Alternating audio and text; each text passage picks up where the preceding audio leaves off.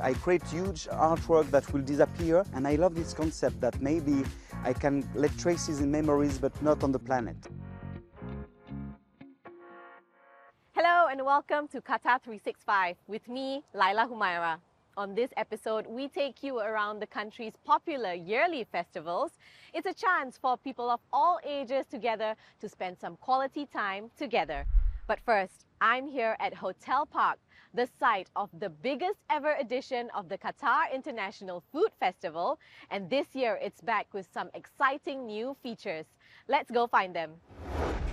These fireworks kept visitors and foodies entertained for 10 straight days, decorating the night sky for everyone to enjoy the colorful display in the sky and bursts of different flavors on their palates. Over 100 stalls, nearly 30 international restaurants and cafes, a special kids zone, and an eating competition. It's the most dynamic edition of the food festival yet, but that's not all. A new addition to the festival lineup is the Michelin Village. With the launch of the Michelin Guide Qatar last December, here you can find a few Michelin-starred restaurants from all over the world, like the 2 Michelin-starred Aramburu, all the way from Argentina. So if you've ever wondered what it's like to taste Michelin-recognized cuisine, this is the place. Nosotros trajimos 3 platos. Uno que es muy local de allá, que le decimos humita, que tiene una raíz, que tiene mucha base de choclo, de maíz.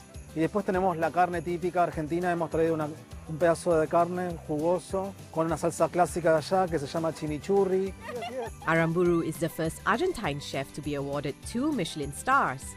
He also made the list of the best chefs, top 100 chefs in the world in 2023. While Aramburu is more used to serving up 18-course menus, he's happy to offer a taste of his award-winning dishes in Qatar. Bueno, primera vez en Qatar, en Doha, en este maravilloso y único festival. La verdad que se ve la vibra de la gente, es muy buena, la gente es súper amigable, el ambiente es único y muy feliz de participar en la villa de Michelin. Creo que el plato es algo, pero me parece que el contexto global y el espíritu de la fiesta, del festival que se está haciendo es lo más importante. Just next door is the 1 Michelin-starred Araya. The restaurant is located in Singapore, but its roots also trace back to South America, where Chef Francisco Araya says the classic empanada is the best sampler. So what we're doing is a bit more casual street food kind of thing that we do in Chile. So we have a classic empanada made with the beef. On top there's a sauce called pebre, which helps to add acidity in the empanada. Empanada is just wonderful. Empanada is just this little pocket of love that you must try. Outside the Michelin Village are at least 5 other zones with endless dining options, including Global Bites, featuring international restaurants and eateries. Visitors can get a taste of delicacies from all over the world, from trendy tenders of Miami's soul-fried chicken to the diverse offerings of Africana from the UK. Africana is an African-inspired restaurant, so we have a lot of flavours from different parts of Africa, from South Africa all the way up to kind of North Africa. Different dishes with different spices, different flavours, very diverse continent. My favourite item is the curry goat. It's seasoned mutton curry with jollof rice and plantain, a must try for everybody. We also have peri wings with Africana signature sauce and chicken tenders, so a diverse range of items, but I think the curry goat for me is probably the most important. Meanwhile, soul-fried chicken started as a food truck roaming around the streets of Miami in 2021. Since then, Chef Raul Cunningham says the love for fried chicken and Southern cuisine has gone global. It's the way of the world. Again, fried chicken is comforting in many fashions. It's something that you would sit down and have as a family meal. It's something that's labor intensive. So now being able to offer it to people, you know, on the go, it's spreading the love. Soulfly is also trying to change the image of fried chicken as an unhealthy meal, using a sound wave technology cooking method so patrons can enjoy the food without worrying about the weighing scale. We're using technology that allows our chicken to be 30% less calorie and 30% less fat, oil. And the soul is the seasoning and the methods that we go into marinating and frying our chicken. That put my mind at ease as we sample Soulfly Chicken's signature dishes, the juicy chicken tenders and the classic chicken sandwich to cap off the evening. As the saying goes, a full stomach makes for a happy heart, and Soulfly Chicken hopes to win enough hearts and taste buds in Qatar to come back for good. That's what the joy is about it. In hopes, you know, in some time in the future that we can actually be based here, where it's not something that you have to wait until we come to a food festival for. It's something that you guys will be able to have year round.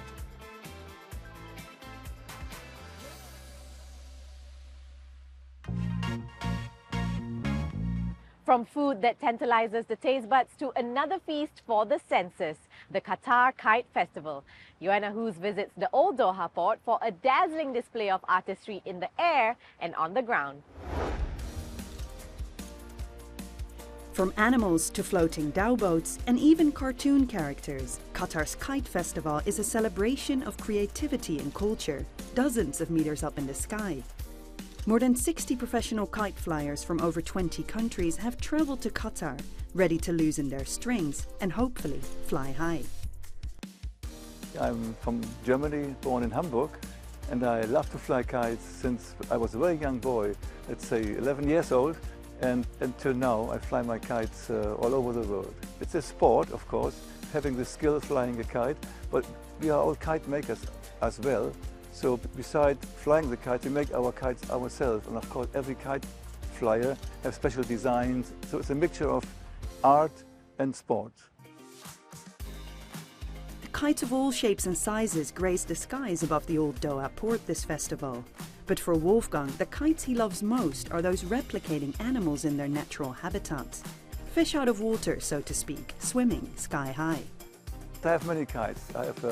Mostly I like kites who fly in the air and do the shape like they be in their own water or air. So when they fly in the air, they look like they fly in their own natural environment. So I have a shark, I have many fish or a squid. So when they fly in the air, they look like they fly in their own water.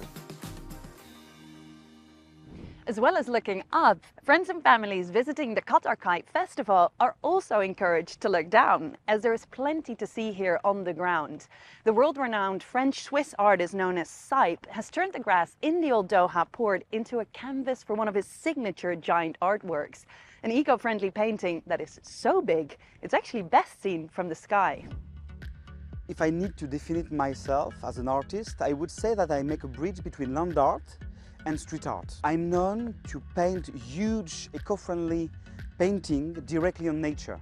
So that means that the painting is ephemeral, and the materials that I use is very easy. It's like wood, charcoal and chalk, and a casein, which is a protein of milk that will make a natural glue to fix the paint directly on the grass. Sipe's art can last for days or months, depending on the natural surface he paints on. In addition to Old Doha Port, he was also invited to spray the sands of Sea Line, the Kite Festival's second location. But whether it's the desert or the city, his art always has a special meaning. I try to spread messages of hope, of peace, of the different things that I have in mind all around the world. This is my idea. And in the desert, I create two hands that create an origami camel. And for me, that it was like the travel of the caravan in the dunes. It was the beginning of a long travel towards our dream, for example. So for me, that matched with the spirit of the desert. And here, these two hands that will create an origami bird that's flying around the other kite. The bird could be like, you know, the peace bird as well. With the stunning eco-friendly art below visitors' feet and the colorful wind-fueled displays above their heads, organizers say that in addition to fun, the Kite Festival is all about sustainability. All our festivals, we try to go with clean power. I don't think you can get cleaner than this. It's pure air that is lifting these kites. And even the art that the world-renowned artist Sipe has done both in Sea Line and here is using biodegradable material, and it's fantastic. It's nice, appealing to the eye, and also eco-friendly. Especially this old port, it's amazing. We have the wind coming from the sea towards the shore every year, so this is perfect. The wind is not turbulent, and the place here, if you see down the lawn, it's green and it's soft, so we can fly our kites. We are temporary guests on our planet, and it belongs to us to know what we will let as humans being traces on Earth, you know. So for me, this is something that I always think. I create huge artwork that will disappear. Hopefully people will keep it in memories, you know, but I will let traces on nature. And I love this concept that maybe I can let traces in memories but not on the planet. Saip's painting and the colourful kites greet visitors flying into Hamad International Airport before they even touch down. So whether it's art viewed from the sky or art floating in the sky, the Qatar Kite Festival appeals to the senses from every perspective. This is our third edition of Visit Qatar Kite Festival. It's unique because it's a family-friendly atmosphere. People come, and as you can see, they are enjoying themselves. Young children to you know, senior adults. So it's for everyone. Beautiful colors in the sky and beautiful kites. I think a picture is more than 1,000 words, and that is what we are seeing. Every day goes by, our visitors are increasing. So there is a steady growth until the last day of the festival. And this is what's keeping us going. From eating our hearts out and sampling some of the best street food from around the world to flying high with wacky kites of all shapes and sizes, we hope you've enjoyed this episode, but that's all the time we have for now. For more, check out euronews.com and connect with us through our hashtag. Thanks for watching, and we'll see you next time on Qatar 365.